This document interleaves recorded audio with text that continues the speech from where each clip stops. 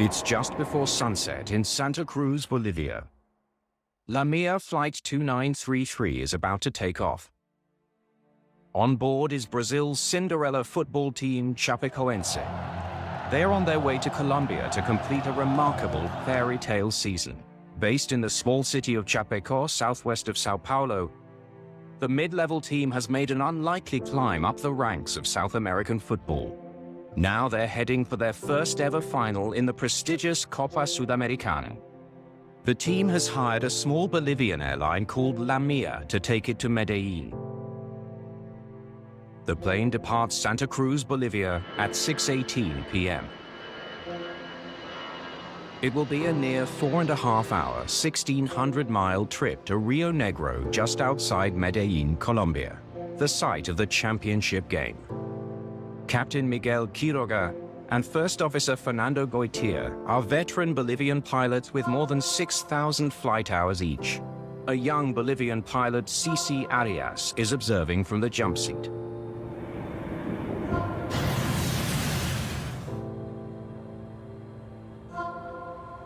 In the cabin, the team settles in for the night flight.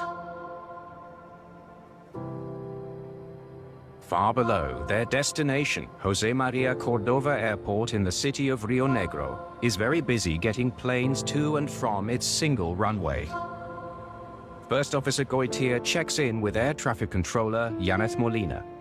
Molina immediately instructs the crew to hold for their final approach because other planes are lined up to land. Lamia 2933 goes into a holding pattern at a navigation point called Gemli. A few minutes later, a request from the Lamia cockpit takes Molina by surprise. Lamia 2933, request priority for approach. The plane has now been holding for about 7 minutes. But the situation in the cockpit has suddenly become more urgent. We have a fuel emergency. That's why I'm asking you at once for final approach, requesting immediate descent. In the cabin, the lights go off. The engines fall silent. The passengers feel the plane sinking. The crew need the controller to give them directions to the runway, but the plane has disappeared from her radar.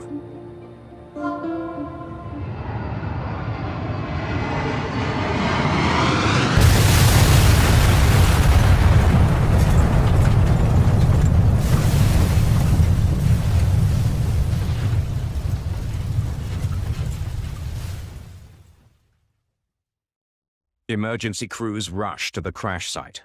Mostly they find dead bodies. But against the odds, 7 passengers are still alive. 70 people are dead, making this one of the worst tragedies in the history of sport. The Lamia plane hit the crest of an 8,700-foot mountain called Cerro Gordo. The Colombian Aircraft Accident Investigation Group wastes no time starting their work. A team is on site at daybreak. The plane was configured for landing. It's clear that the crew was descending toward the airport. But it crashed 10 miles short of the runway. The fuel level indicators are at 0. Investigators are mystified. They conclude the engines worked until the fuel ran out. Are located and examined. There is no run out of fuel. Was it a fuel leak? All 4 engines are located and examined. There is no sign of fire or failure. They conclude the engines worked until the fuel ran out.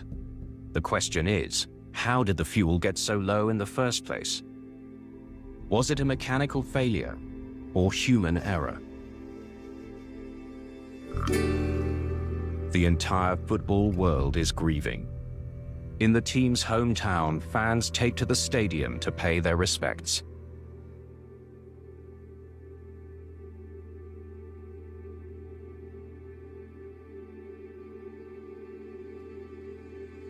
Under mounting pressure, investigators dig into their work. They hope the flight recorders will help them understand why Lamia 2933 couldn't make it to the airport. Both the cockpit voice recorder and flight data recorder appear to be in good shape, but they'll have to be sent to a lab to be processed before investigators can analyze them. While the flight recorders are being analyzed, investigators focus their attention on the last person to speak with the crew of Lamia 2933, air traffic controller Yaneth Molina. Within days, recordings of her communications with the pilots circulate in the news and on social media. Many blame her for what happened. Investigators need to get to the bottom of what she did. To find out, they turn to the air traffic control tapes, which recorded the final 18 minutes of communication between Molina and the crew.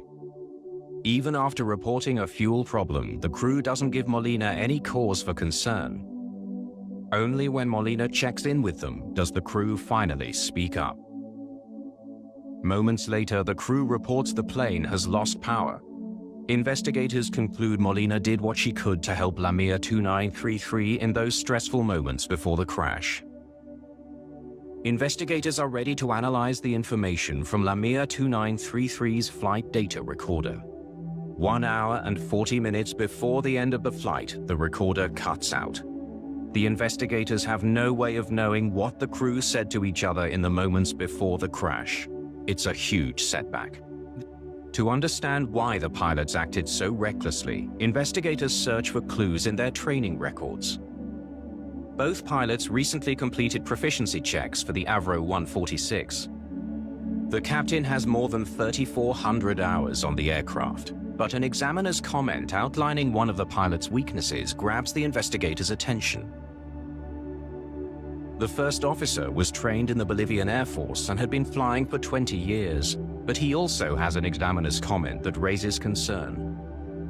Training records reveal that Lamia 2933's crew was prone to errors in emergency situations. But investigator Echeverry's team needs to know why the fuel emergency happened in the first place. Could a flight planning error be the cause? Lamia was initially hired to fly the team from Sao Paulo, Brazil, to Medellin, Colombia. But there was a hitch in that plan. Because Lamia is a Bolivian charter company, Brazilian regulations did not allow it to conduct a flight from Brazil to Colombia. Only operators from either of those two countries are permitted to do that. So the team was forced to take a regular commercial flight to Bolivia, from where they could take Lamia to Medellin. Ô, Fole, vai começar a viagem pra Colômbia aí, ó. Dia a dia, Caduzinho, Fole. Acre, depois nós vamos... Investigators travel to Bolivia's Santa Cruz airport, where Lamia 2933 fueled up. They want to know exactly how much was in the tanks before it took off. The plane could only fly 50 miles further than the planned flight to Rio Negro. The plane had nowhere near enough fuel to meet legal requirements. The crew had made the same flight, but in the opposite direction, without any reserve fuel. Each time, they made it.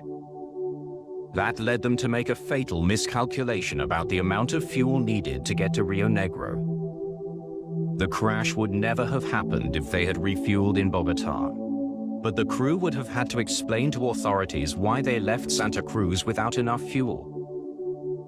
And the team would have been upset with yet more delays. One key question remains for investigators. Why would the pilots need to cover their tracks? The final report attributes the accident to inappropriate planning and execution of the flight and failure to follow proper fueling requirements. Match using players loaned from other teams. They take to their home pitch in front of 20,000 jubilant fans.